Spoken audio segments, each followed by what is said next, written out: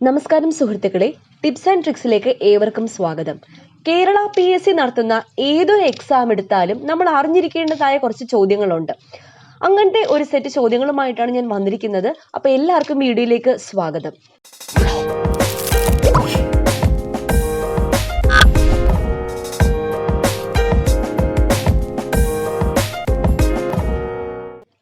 ആദ്യത്തെ ചോദ്യം, ജീവകാരുണ്യ നിരൂപണം രചിച്ചത് ആരാണ്? ജീവകാരുണ്യ നിരൂപണം രചിച്ചത് ചട്ടമ്പി സ്വാമികളാണ്. ചട്ടമ്പി സ്വാമികൾ. മംഗളോദയത്തിന്റെ പ്രൂഫ് റീഡർ ആയിരുന്ന നവോത്ഥാന നേതാവ് ആരാണ്? VT ഭട്ടതിരിപ്പാടാണ് മംഗളോദയത്തിന്റെ പ്രൂഫ് റീഡർ ആയിരുന്ന നവോത്ഥാന നേതാവ്. അടുത്ത ചോദ്യം, G20 അംഗത്വമുള്ള ഏക തെക്കനേഷ്യൻ രാജ്യം ഏതാണ്? G20 അംഗത്വമുള്ള ഏക തെക്കനേഷ്യൻ രാജ്യമാണ് ഇന്ത്യ. ഇറോം ഷാനു ശർമിള ഏത് സംസ്ഥാനത്ത് നിന്നുള്ള സമരനായികയാണ്? ഇറോം ഷാനു ശർമിള മണിപ്പൂരിന്റെ ഉരുക്കു വനിതയാണ്. മണിപ്പൂരിൽ നിന്നുള്ള സമരനായികയാണ്. ഇന്ദുലേഖ എന്ന നോവലിലെ നായകനാണ് മാധവൻ. ഇന്ദുലേഖ എഴുതിയത് ആരാണ്? O ചന്തുമേനോനാണ്. അതിലെ നായകൻ ആരാണ്? മാധവൻ. ഇന്ദുലേഖയുടെയും മാധവന്റെയും കഥ പറയുന്ന നോവലാണ് ഇന്ദുലേഖ. തെക്കേ ഇന്ത്യയിലെ മലനിരകളുടെ റാണി എന്നറിയപ്പെടുന്നത് ഊട്ടിയാണ്. തെക്കേ ഇന്ത്യയിലെ മലനിരകളുടെ റാണി എന്നറിയപ്പെടുന്നത് ഊട്ടിയാണ്. നേന്ത്രൻ, ഏത്തൻ എന്നിവ ഏതു വിളയുടെ ഇനങ്ങളാണ്? വാഴ. വാഴയുടെ ഇനങ്ങളാണ് നേന്ത്രനും ഏത്തനും. നേർപ്പ എന്ന സബ്മറൈൻ ഇന്ത്യക്ക് നൽകിയത് റഷ്യയാണ്. നേർപ്പയുടെ പുതിയ പേര് INS ചക്ര. INS ചക്ര എന്നതാണ് നേർപ്പ എന്ന സബ്മറൈൻ്റെ പുതിയ പേര്. ആരാണ് ഇന്ത്യക്ക് നൽകിയത്? റഷ്യയാണ്. നോർത്ത് ബോംബെയിൽ നിന്നും 1957 ലോകസഭാ അംഗമായ മലയാളിയാണ് VK കൃഷ്ണമേനോൻ. എവിടെ നിന്നുമാണ്? നോർത്ത് ബോംബെയിൽ നിന്നും. വർഷം 1957 ലോകസഭാ അംഗമായ മലയാളി ആരാണ്? VK കൃഷ്ണമേനോനാണ്. പോൾ വോൾട്ടിലെ വിസ്മയതാരമായ സെർജി ബൂബ്ക ഏത് രാജ്യക്കാരനാണ്? സെർജി ബൂബ്ക ഏത് രാജ്യക്കാരനാണ്? ഉക്രൈൻകാരൻ. ശ്രീനാരായണ ഗുരു ഒടുവിൽ പങ്കെടുത്ത SNDP യോഗ വാർഷികാഘോഷം നടന്ന സ്ഥലം പള്ളുരുത്തി. അപ്പോൾ പള്ളുരുത്തിയിൽ നടന്ന വാർഷികാഘോഷത്തിലാണ് ശ്രീനാരായണ ഗുരു ഒടുവിൽ പങ്കെടുത്തത് SNDP യോഗം. ടാഗോറിന്റെ കേരള സന്ദർശന വേളയിൽ അദ്ദേഹത്തെ പ്രകീർത്തിച്ച് കുമാരനാശാൻ രചിച്ച ദിവ്യകോകിലം ആലപിച്ചത് ആരാണ്? C കേശവനാണ് ദിവ്യകോകിലം ആലപിച്ചത്. അത് രചിച്ചത് ആരാണ്? കുമാരനാശാൻ. ആർക്ക് വേണ്ടിയാണ്? ടാഗോറിന് വേണ്ടി. ലോകത്തിലെ ആദ്യത്തെ ഒഴുകുന്ന ATM സ്ഥാപിച്ചത് സ്റ്റേറ്റ് ബാങ്ക് ഓഫ് ഇന്ത്യയാണ്. SBI ആണ് ലോകത്തിലെ ആദ്യത്തെ ഒഴുകുന്ന ഫ്ലോട്ടിംഗ് ATM സ്ഥാപിച്ചത്. എല്ലാ വർഷവും ലോക വികസന റിപ്പോർട്ട് പ്രസിദ്ധീകരിക്കുന്നത് ലോക ബാങ്ക്. ഭാഷാപോഷിണി ഏത് ഗ്രൂപ്പിന്റെ പ്രസിദ്ധീകരണമാണ്? ഭാഷാപോഷിണി മലയാള മനോരമയുടെ പ്രസിദ്ധീകരണമാണ്. ഭാരതരത്നയ്ക്ക് അർഹനായ ആദ്യ സിനിമാ താരമാണ് MGR. 1988. MGR ഭാരതരത്നയ്ക്ക് അർഹനായ ആദ്യ സിനിമാ താരം MGR ആണ്. വർഷം 1988. ഭൂമധ്യരേഖയ്ക്ക് സമീപമുള്ള ലോ പ്രഷർ ബെൽറ്റുകളുടെ പേരാണ് ഡോൾഡ്രംസ് എന്നതാണ് ഭൂമധ്യരേഖയ്ക്ക് സമീപമുള്ള ലോ പ്രഷർ ബെൽറ്റുകളുടെ പേര്. ഭഗവത്ഗീത ഏതിന്റെ ഭാഗമാണ്? ഭഗവത്ഗീത മഹാഭാരതത്തിന്റെ ഭാഗമാണ്. ഭാരതീയ വിദ്യാഭവൻ മ്യൂസിയം എവിടെയാണ് സ്ഥിതി ചെയ്യുന്നത്? ഉജ്ജയിനിയിലാണ് ഭാരതീയ വിദ്യാഭവൻ മ്യൂസിയം സ്ഥിതി ചെയ്യുന്നത്. 1933 കോൺഗ്രസ് പ്രസിഡന്റായ വനിതയാണ് നെല്ലിസൺ ഗുപ്ത. അപ്പൊ നെല്ലിസൺ ഗുപ്തയാണ് കോൺഗ്രസിന്റെ പ്രസിഡന്റായ മൂന്നാമത്തെ വനിത. വർഷം 1933. ആരെ സന്ദർശിച്ച ശേഷമാണ് ശ്രീനാരായണ ഗുരു മുനിചര്യ പഞ്ചകം രചിച്ചത്? രചിച്ചത് ആരാണ്? ശ്രീനാരായണ ഗുരുവാണ്. ആരെ സന്ദർശിച്ച ശേഷം? രമണ മഹർഷിയെ സന്ദർശിച്ച ശേഷം. ആരെ സന്ദർശിച്ച ശേഷമാണ്? രമണ മഹർഷി. ജലസഹകരണ വർഷമായി ആചരിച്ചത് 2013. 2013 ജലസഹകരണ വർഷമായി ആചരിച്ചത്. ഏതൊക്കെ നദികളിലെ ജലം പങ്കുവയ്ക്കാനാണ് ഇന്ത്യയും നേപ്പാളും തമ്മിൽ ധാരണയുള്ളത്? കോസി കോസിയും ഗണ്ഡക് ഈ രണ്ട് നദികളിലെ ജലം പങ്കുവയ്ക്കാനാണ് ഇന്ത്യയും നേപ്പാളും തമ്മിൽ ധാരണയുള്ളത്. കോസി പദ്ധതി എല്ലാവർക്കും അറിയായിരിക്കും, ഇന്ത്യയും നേപ്പാളും തമ്മിലാണ്. ഗണ്ഡകും കൂടി ഓർത്തു വെക്കുക. ചൈനയുടെ ആദ്യത്തെ ബഹിരാകാശ സഞ്ചാരിയാണ് ലിയു യങ്. ലിയു യങ് ആണ് ചൈനയുടെ ആദ്യത്തെ ബഹിരാകാശ സഞ്ചാരി. മലയാള സർവകലാശാല ആരുടെ പേരിലാണ് നാമകരണം ചെയ്തിരിക്കുന്നത്? തുഞ്ചത്ത് രാമാനുജൻ എഴുത്തച്ഛൻ. അപ്പോൾ മലയാളം സർവകലാശാല ആരുടെ പേരിലാണ് നാമകരണം ചെയ്തിരിക്കുന്നത്? തുഞ്ചത്ത് രാമാനുജൻ എഴുത്തച്ഛന്റെ പേരിലാണ്. കേരളത്തിൽ സേവനാവകാശ നിയമം നിലവിൽ വന്ന തീയതി 2012 നവംബർ 1-നാണ്.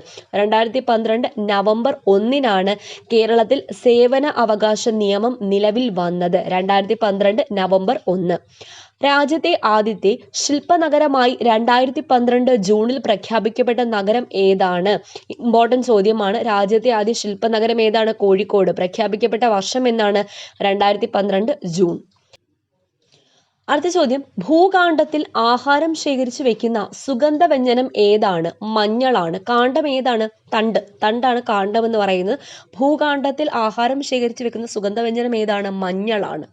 പ്രധാന നേതാക്കൾ അറസ്റ്റിലായതിനാൽ അരുണ ആസഫ് അലി, ജയപ്രകാശ് നാരായൺ, അച്യുത് പട്വർദ്ധൻ തുടങ്ങിയവർ നേതൃത്വം നൽകിയത് ഏത് സമരത്തിനാണ്?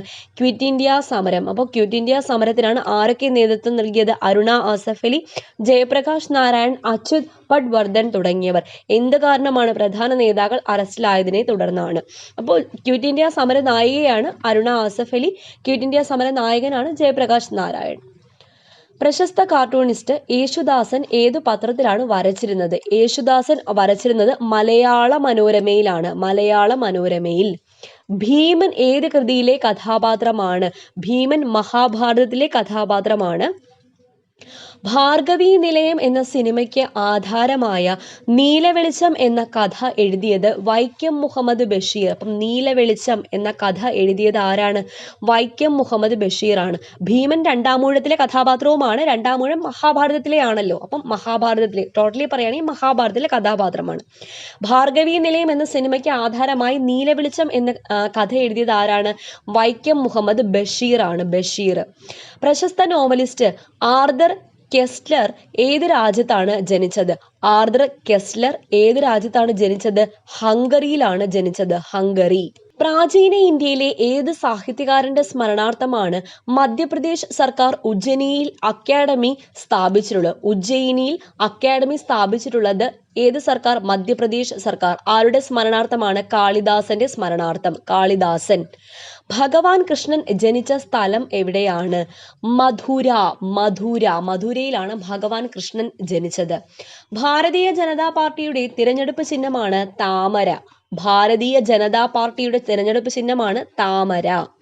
1923 മച്ചിലിപട്ടണത്തിൽ ആന്ധ്രാ ബാങ്ക് സ്ഥാപിച്ചത് ആരാണ്? അപ്പോൾ ആന്ധ്രാ ബാങ്ക് സ്ഥാപിച്ചത് ആരാണ് എന്ന് PSC റിപ്പീറ്റ് ആയിട്ട് ചോദിച്ചിട്ടുണ്ട്. പട്ടാഭി സീതാരാമയ്യയാണ്.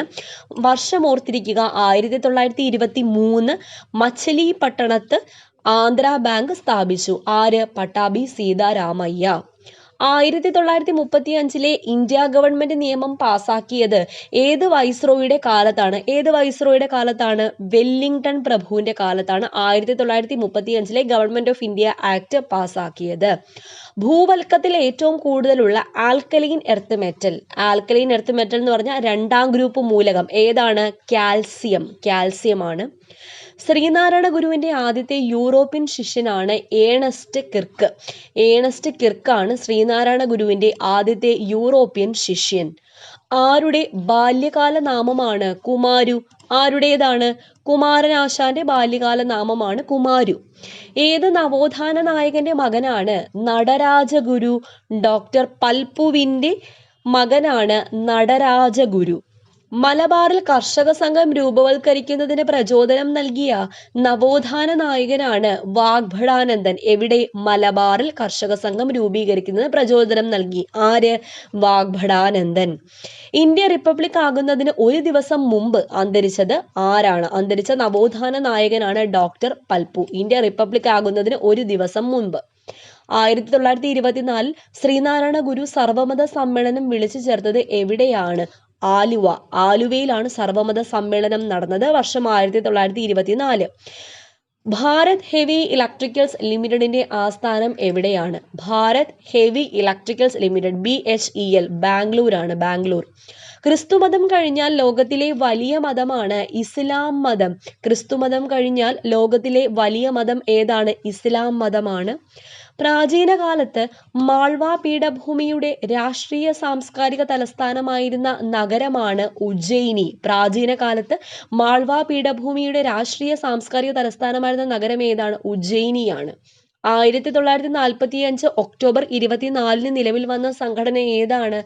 ഐക്യരാഷ്ട്രസഭ, UNO നിലവിൽ വന്ന വർഷം വളരെയധികം ഇമ്പോർട്ടന്റ്, 1945 ഒക്ടോബർ 24.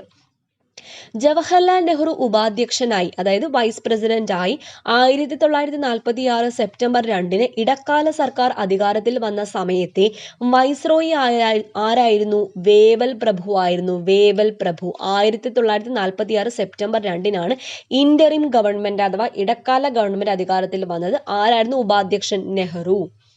ബൈബിൾ ആദ്യമായി വിവർത്തനം ചെയ്യപ്പെട്ട തെന്നിന്ത്യൻ ഭാഷയാണ് തമിഴ്. തമിഴ് ഭാഷയിലേക്കാണ് ബൈബിൾ ആദ്യമായി വിവർത്തനം ചെയ്യപ്പെട്ടത്.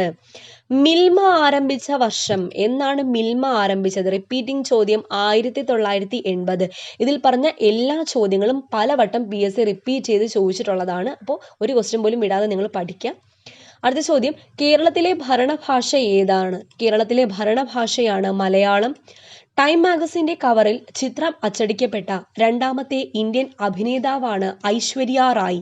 ഐശ്വര്യ റായിയുടെ ചിത്രമാണ് ടൈം മാഗസിന്റെ കവറിൽ അച്ചടിക്കപ്പെട്ട രണ്ടാമത്തെ ഇന്ത്യൻ അഭിനേതാവായിട്ട് അറിയപ്പെടുന്നത്.